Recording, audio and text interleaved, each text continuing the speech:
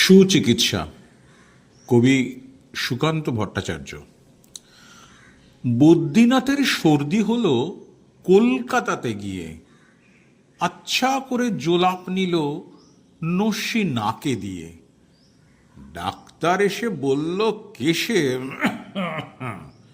বড়ই কঠিন ব্যায়াম, এসব কি সুচিকিৎসা? আরে আরে রাম, আমার হাতে পড়লে পরে এক্স রে করে দেখি রোগটা কেমন, কঠিন কিনা, আসল কিংবা মেকি। থার্মোমিটার মুখে রেখে সাবধানেতে থাকুক, আইস প্যাকটা মাথায় দিয়ে একটা দিন তো রাখুক।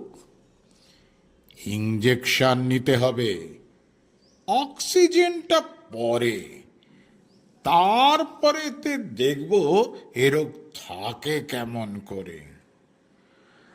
পল্লীগ্রামের বদ্রীনাথ অবাক হলো ভারী, সর্দি হলেই এমন তর, ধন্য ডাক্তারি।